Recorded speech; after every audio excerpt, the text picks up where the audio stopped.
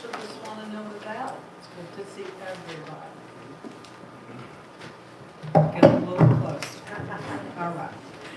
I just want to mention real quick that if you have a copy of the order of service that has the 23rd on it and not the 16th, just check.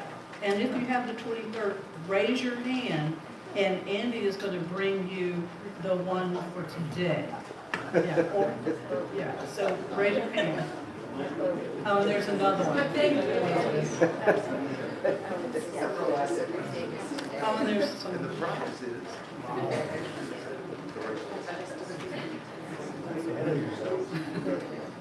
The land, they went off and done it. Not to be touched. That's right. Okay, so my name is Susan Hurley. I'm a member of the Board of Trustees, and it's good to see you all this morning again. If you haven't already, please silence your cell phones. And I'm going to recognize Evan, who wants to come up and discuss a little something.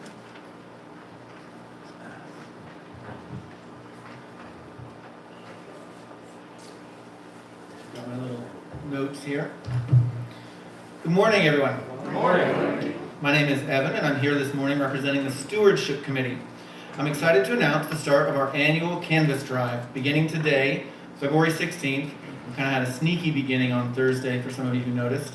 This is a crucial time for our congregation to rally around the vital work that our church does, extending support to those in need, advancing social justice initiatives, and nurturing a community built on compassion and service. Every commitment you make fuels these efforts to help us build a better tomorrow. To further encourage early involvement, we're doing a carrot and stick kind of thing this year. We're offering an exciting raffle, a chance to win a $100 gift certificate to Pure and Proper, local Black Mountain restaurant. Commitments received before February 23rd will earn you 5 raffle tickets. Entries received between February 23rd and March 1st will receive 3. Entries received between March 2nd and March 8th will earn 1. Please note, if you delay your commitment, you might start receiving friendly phone calls urging you to join us in this vital cause. Your prompt response not only benefits our community, but also gives you a better chance at winning the fantastic prize. We released our online commitment form in the Weekly Current this past Thursday, and there are paper forms here in the church. Green ones everywhere. I'm happy to say that we already had 11 people fill out their online form. Please join your fellow members by making your commitment early and earning as many raffle tickets as possible. We're also thrilled to invite you to a special kickoff celebration at the Monte Vista Hotel in Black Mountain. Mark your calendars for next Sunday, February 23rd from 4 to 6. Celebration is open for all UUCSB members and friends and is a wonderful opportunity to come together and honor our amazing congregation and community. Enjoy a meal of heavy hors d'oeuvres as you mingle while listening to the incomparable trio Menage.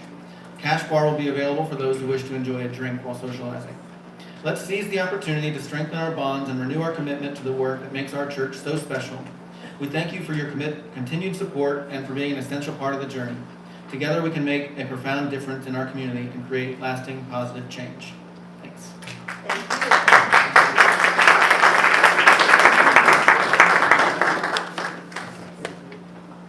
Is there a machine on up there that's making noise? Oh, it's the dehumidifier. Yeah. Thank you. Yeah. Very much better. I want to mention one other announcement.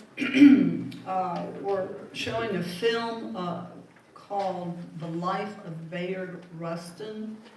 And this is at the church. It'll be Tuesday at 2 o'clock till 4:15. And you may have one of these. It is posted in the lobby.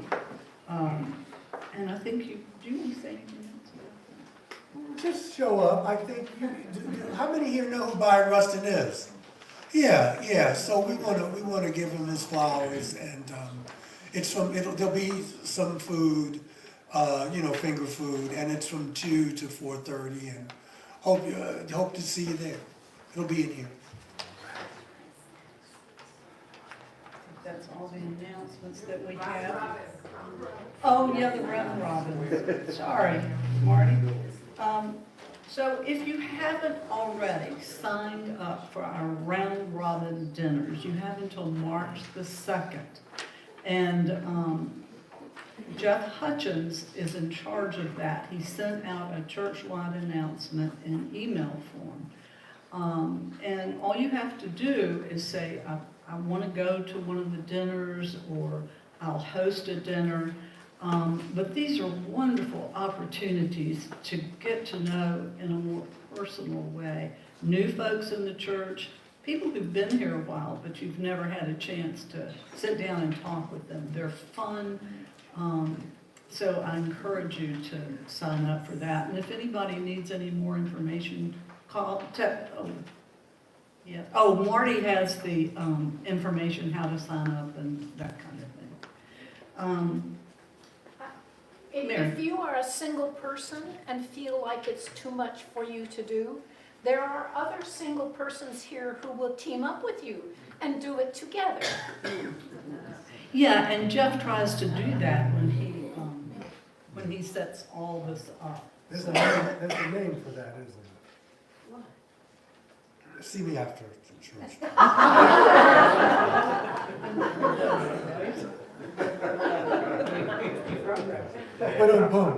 Okay, here we go. Love is the doctrine of this church. The quest for truth is its sacrament, and service is its prayer. To dwell together in peace, to seek knowledge in freedom, to serve human needs to the end that all souls shall grow into harmony with the divine. If you are new to our UU congregation, would you, if you're willing, stand and introduce yourself? And we'll start on this side. Hello, everyone. My name is Dina. I just moved here from Toronto. I've probably been a member of 3 other UU congregations, and I've been a board member on one of them. So it is familiar and good one. We've just moved to Asheville. This is my wife, Ellie, and we've just moved to Asheville. So lovely to be here. Hi, I'm Ellie, and that's the first time I've heard myself called her wife because we got married on Friday. And I'm here at the UU because she comes to the UU.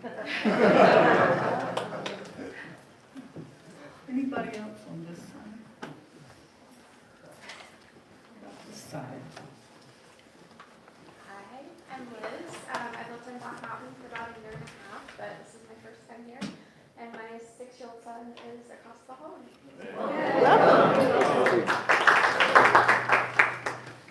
Anybody else on this side? Well, welcome, and we're so glad that you chose to spend your time here this morning. And we hope we see your faces again. If you have an interest in getting to know a little bit more about us, Andy back there in the orange name tag will be glad to give you any information that you might need. Also, notice on the back of your order of service are our 8 principles. That's kind of what we're about, so you might want to take a look at those. There's cards in the pews and on the back of the pews. And if you have any interest in getting our newsletter, which is wonderful, please fill those out, put it in the collection plate, and we will get you on our email list. We end this part of the service with respect that the land we are on today was and remains the ancestral home of the Cherokee and of other indigenous people who through their stewardship, understanding, and conservation survived and still thrive on this land, in this land. We acknowledge their enduring connection to their homeland. Thank you all for coming today. Let's begin our service.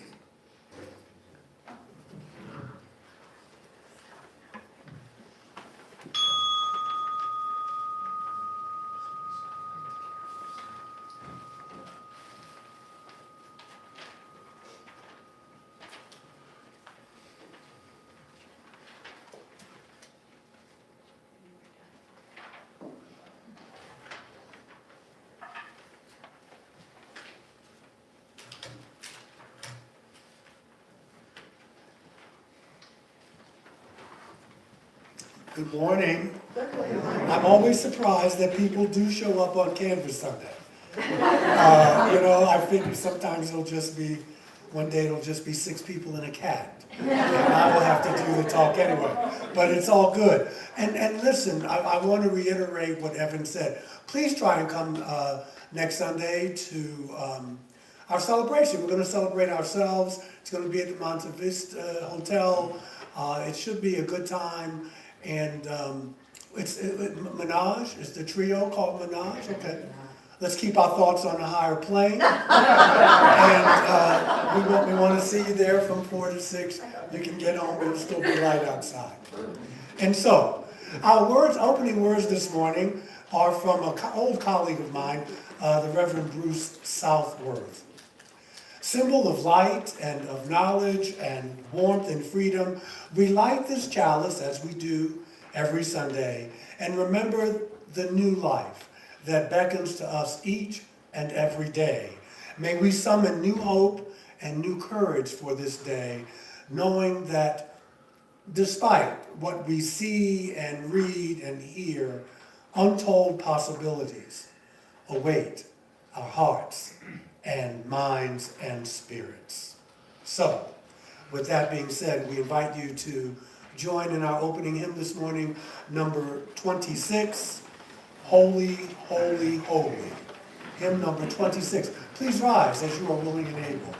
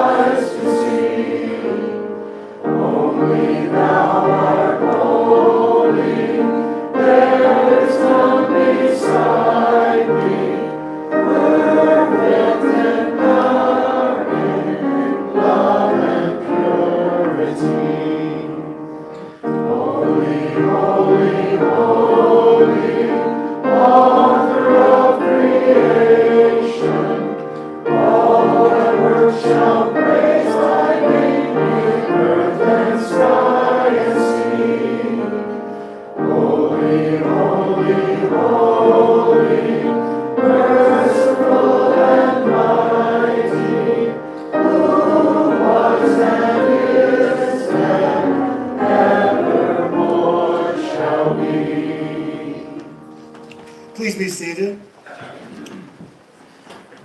Our responsive reading this morning is number 656 in the back of the gray hymnal, A Harvest of Gratitude. Once more the fields have ripened to harvest, and the fruitful earth has fulfilled the promise of spring. The work of those who labor has been rewarded. They have sown and reaped, planted and gathered. How rich and beautiful is the bounty gathered, the golden grain and clustered corn, the grapes of purple and green. The crimson apples and yellow pears, and all the colors of orchard and garden, vineyard and field. Season follows after season, after winter the spring, after summer the harvest-laden autumn. From bud to blossom, from flower to fruit, from seed to bud again, the beauty of earth unfolds. From the harvest of the soil we are given occasion to garner a harvest of the heart and mind. A harvest of resolve to be careful stewards of all life's gifts and opportunities. A harvest of reverence for the wondrous power and life at work in things that grow and in the soul. hearts of gratitude for every good which we enjoy, and a fellowship for all who are sustained by earth's beauty. Yes. So this is the time in the service when we invite you to come up and to share a joy, a sorrow, a concern. Yes, everything's here, the water, the fire, the stones. So, the floor is yours.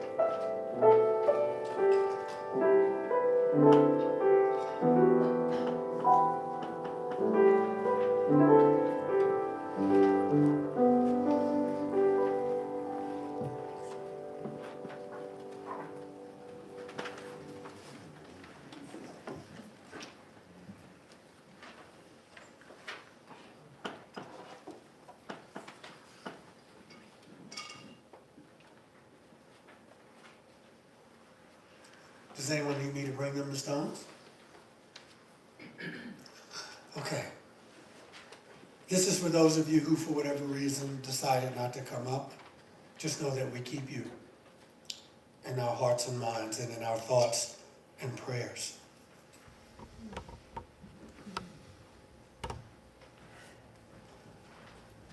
I want to share a meditation with you, prayer meditation.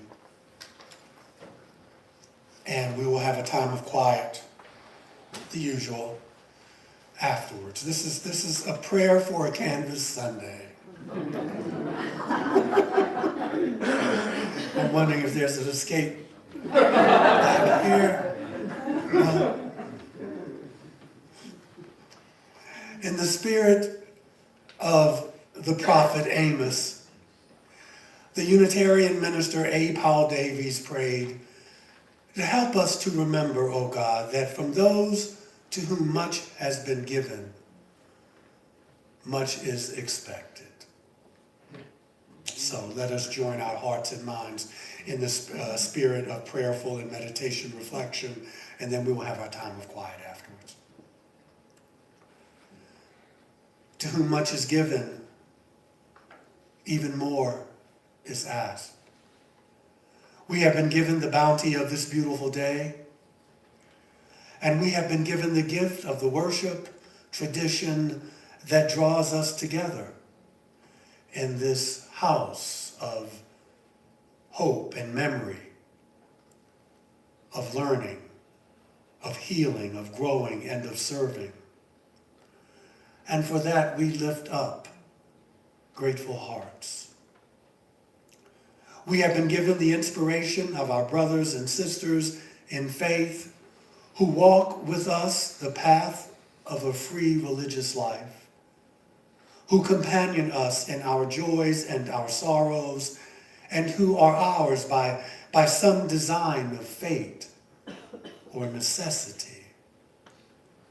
To care for and to love, to forgive and to cherish, for this time of our lives, we lift up grateful hearts. We have been given minds with which to wonder and to reason, and we have been given voices to speak and to sing and to shout against injustice. We have hands to work and to build the better world we would have for ourselves and for our children, and we are asked to use them all in the service of love and justice. We lift up grateful hearts. We have been given the divine spark as children of God, all whose health and wholeness requires us to tend to the life of the soul. In our rushing and our doing, may we not forget whose we are and what we truly are, which is not human beings having a spiritual experience, but spiritual beings having a human experience. We lift up grateful hearts. We ponder this mystery together, glad for one another, blessed by the abundance of our lives, and called to give abundantly of ourselves. And now, while our minds are one, I leave you with the eloquence of silence.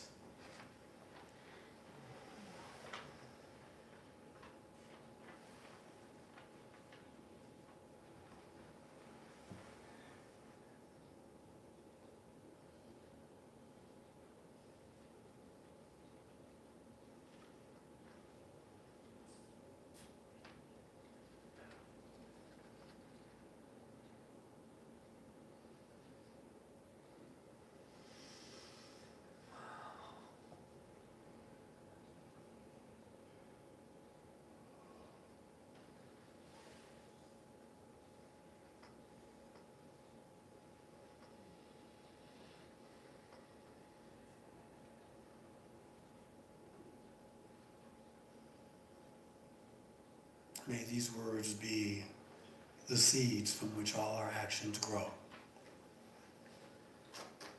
And so it is. Please rise as you are willing and able and join in hymn number 121. We'll build a land. 121.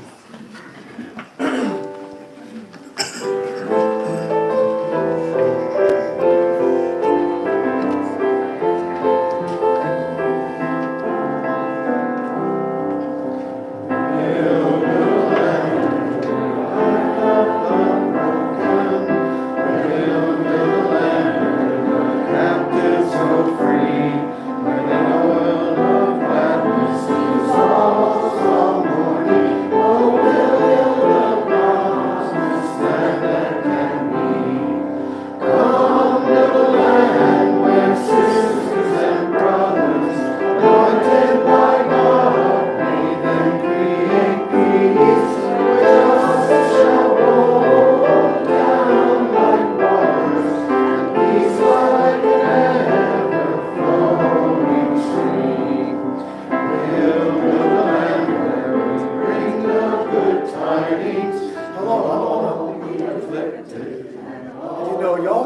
louder than that. I mean, it sounds bad in here now. I'm sorry.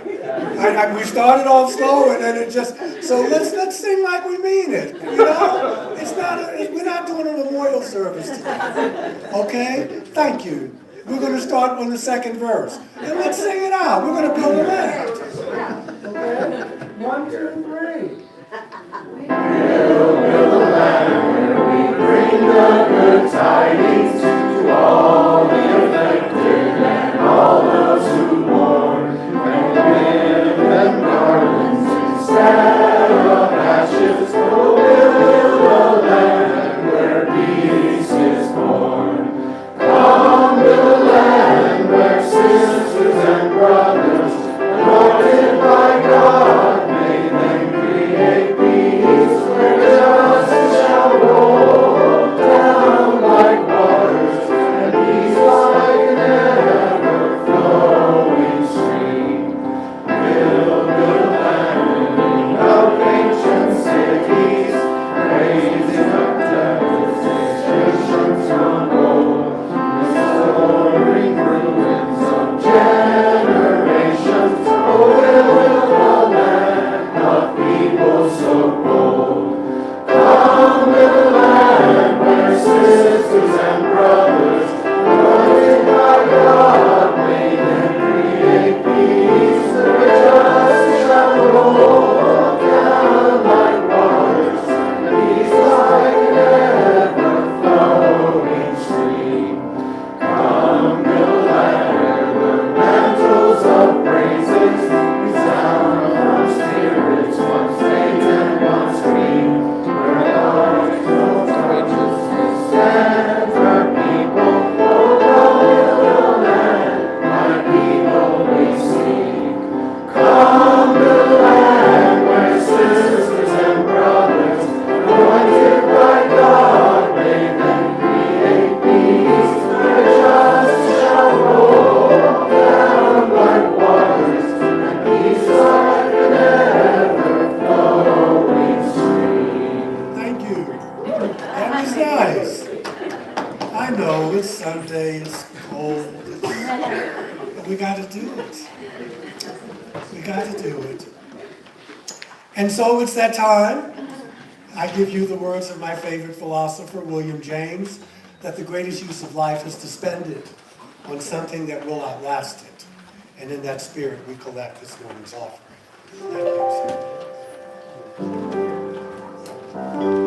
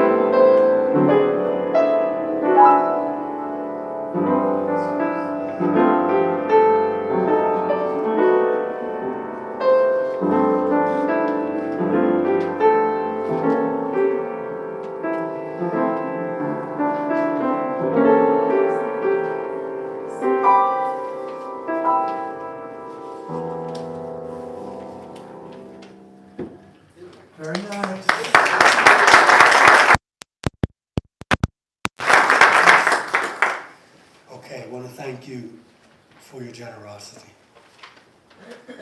And so let's do this.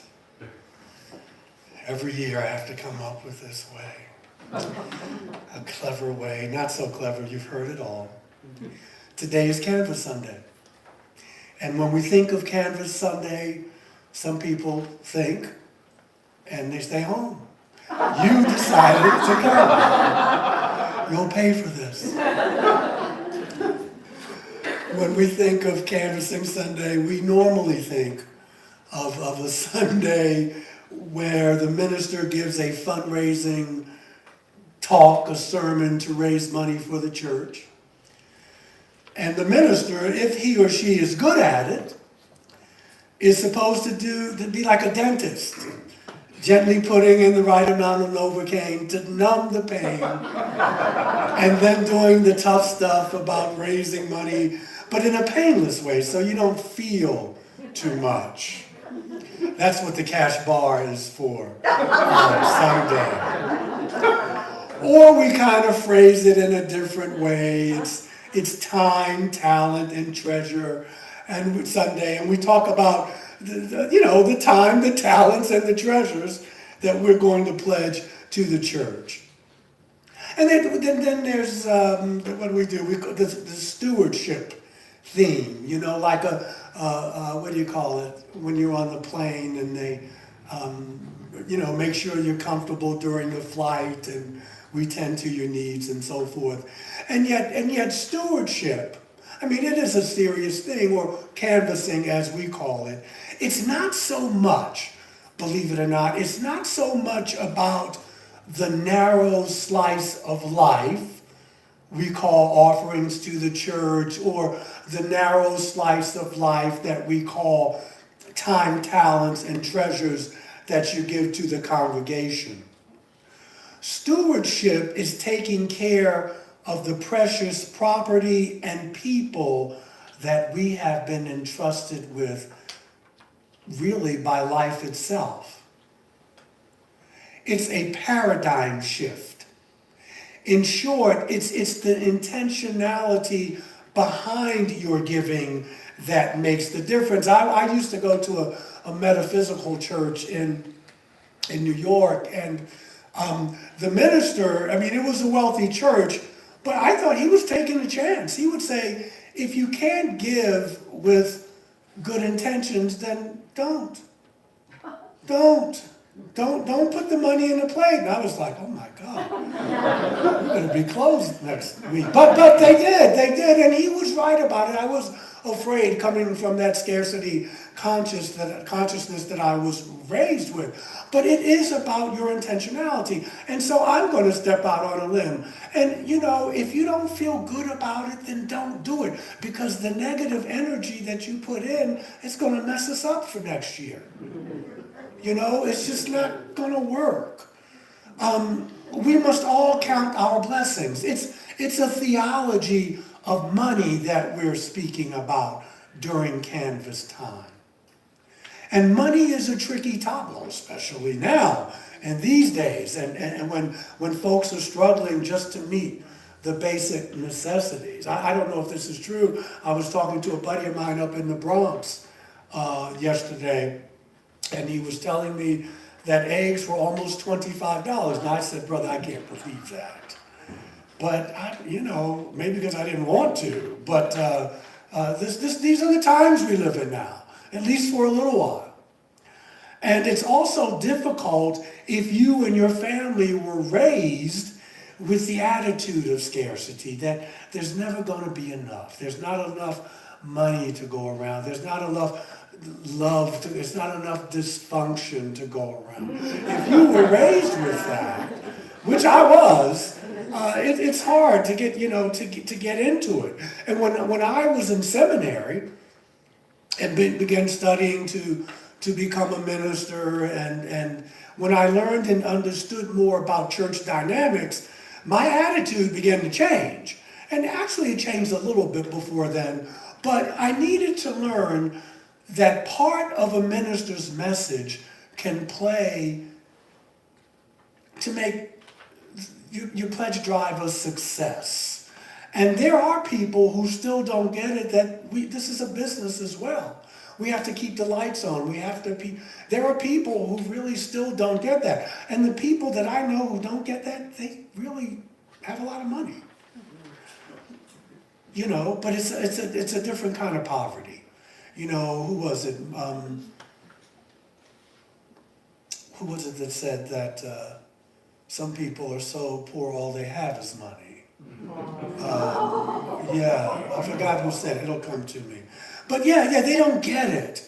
That spirituality and money, they go together. They're integrated. I began to appreciate that there is no separation between what a church can offer its members and its community and that church's budget.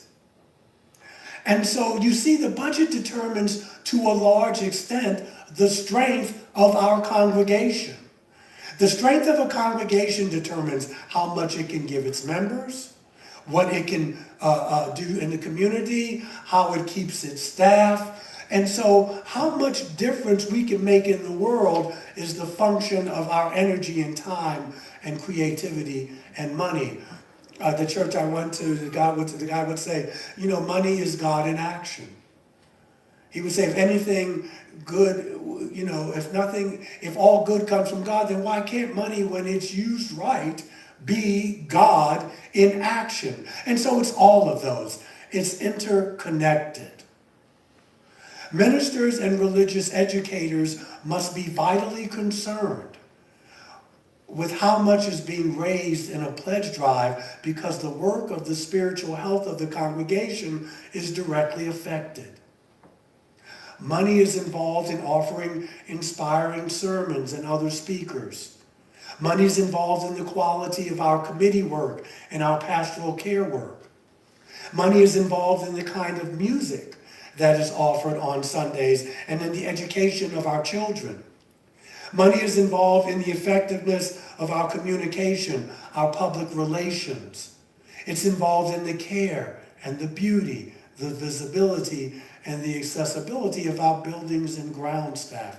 It's involved, obviously, in our community outreach as well. Now, there's no big secret that we, as Unitarian Universalists, and since we have someone from Canada, so I don't know what it's like up in Canada, but in the States, we have a money complex. We talk about the need for volunteers to make coffee, to teach in the RE program, to conduct a Sunday service, care for the grounds, be on a committee chair, etc., etc. We applaud members who can sing or play an instrument, and that is as it should be. Don't misunderstand me here. Yet we cringe at applauding those who support our religious beliefs by giving large sums of money. We say that those who can't give as much may feel hurt. But that doesn't make sense, much less dollars.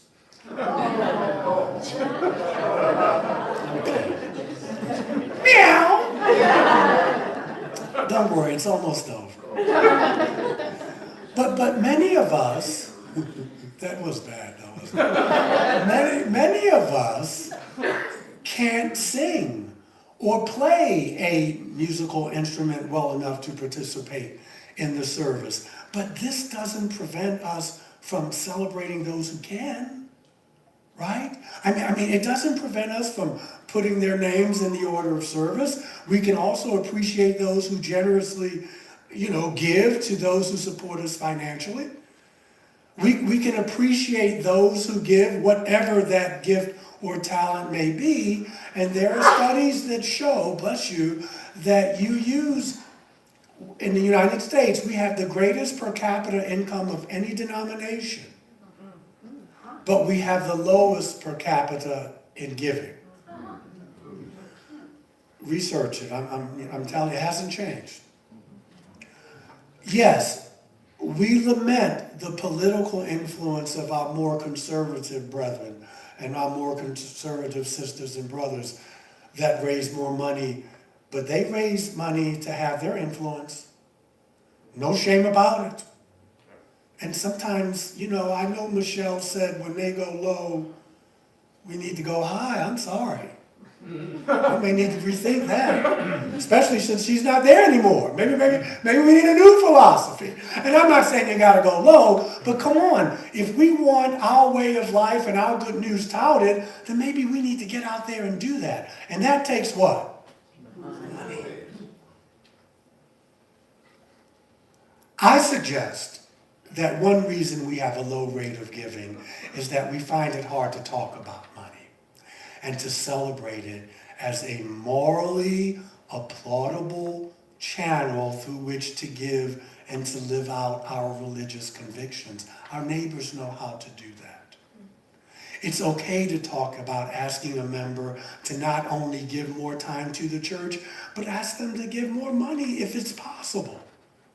If you are fortunate enough or privileged enough to have the means, don't feel guilty about it. Use it.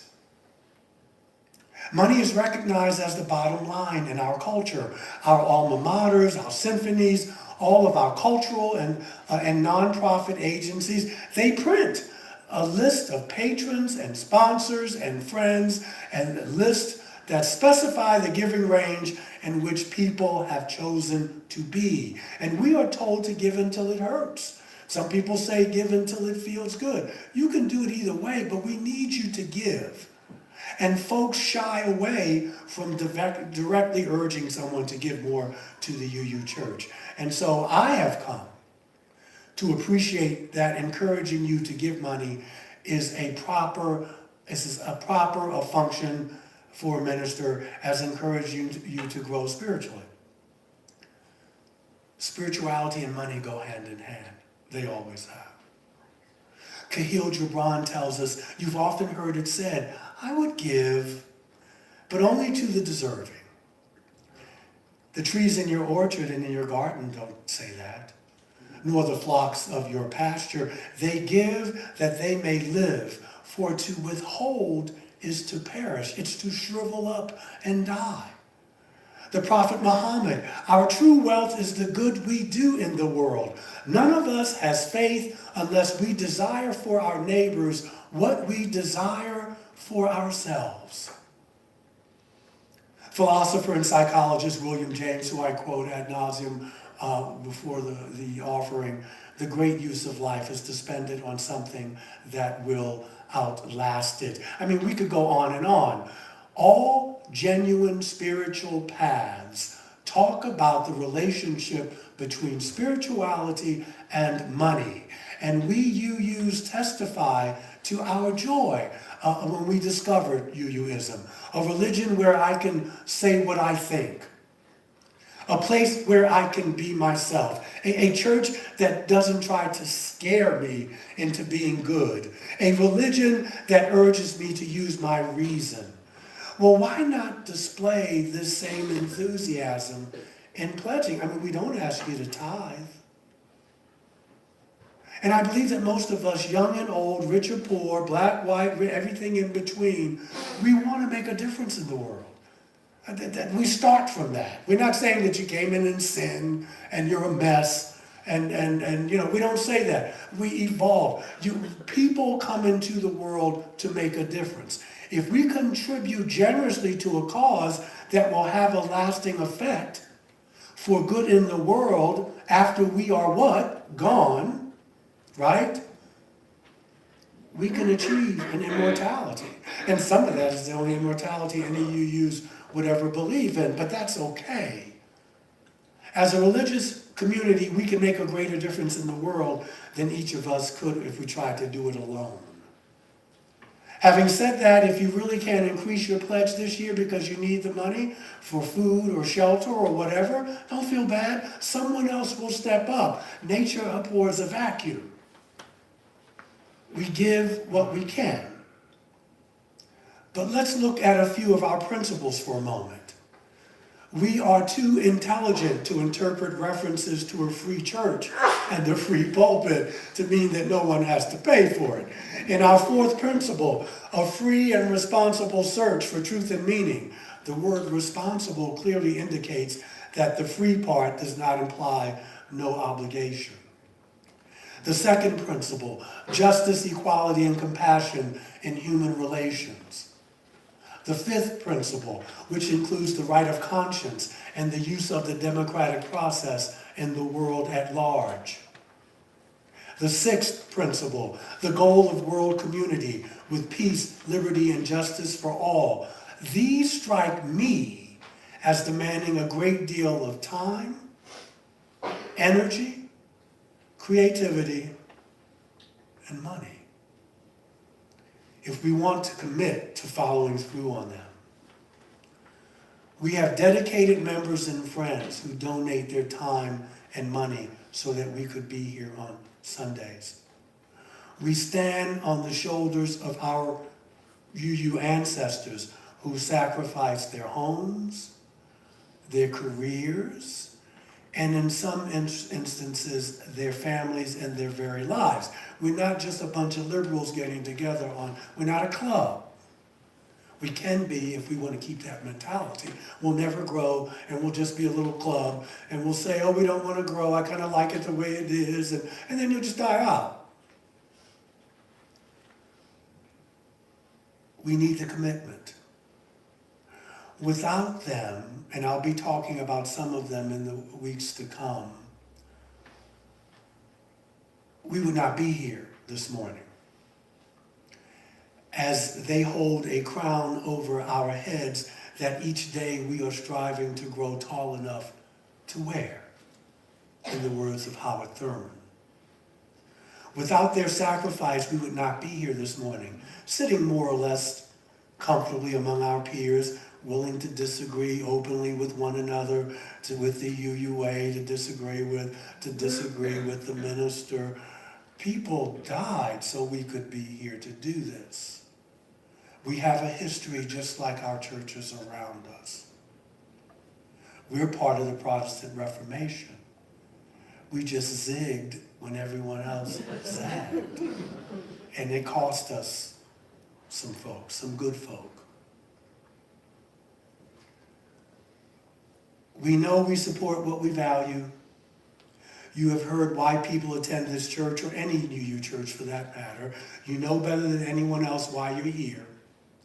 And so when time allows, maybe later today, whenever this week, I invite you at some point to take the time in your quiet moments on what would be missing in your life if this congregation and Unitarian Universalism were not in the world, especially in the next 4 years.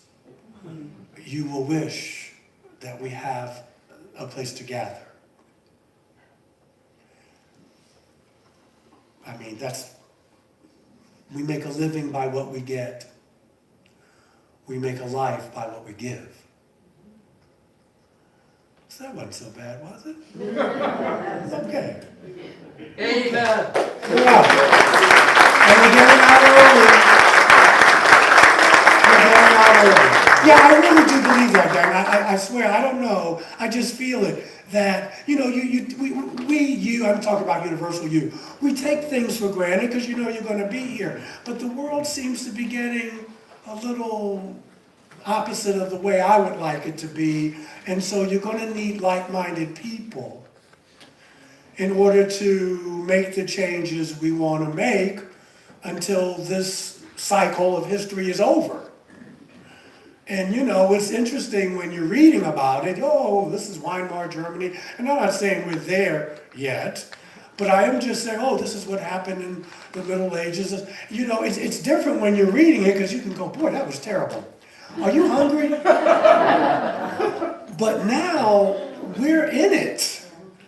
And people will be reading about us. Boy, that was terrible. Are you hungry too? You want a Prosecco?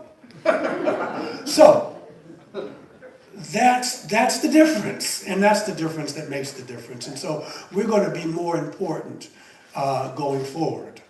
Communities like this and other liberal establishments and religious communities. So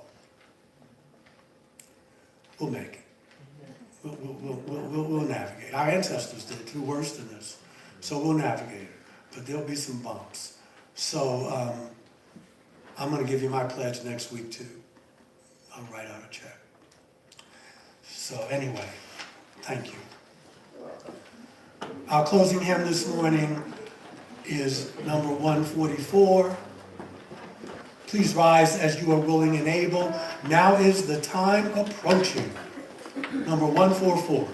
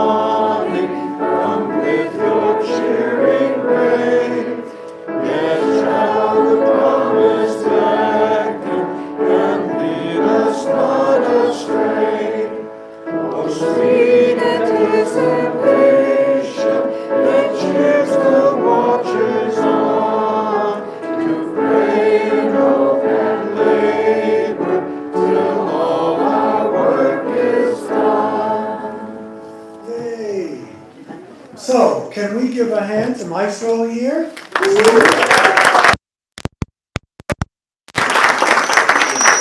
And if you have filled out your pledge cards, please give them to Larry, that handsome man in the back there, or this handsome man here, Evan. Okay? Appreciate it. Closing words. Let us be humble, for the worst thing in the world is of the same stuff as we are. That's a humbling thought. But let us also be confident, for we too are composed of the same stuff as the stars. Have a wonderful afternoon.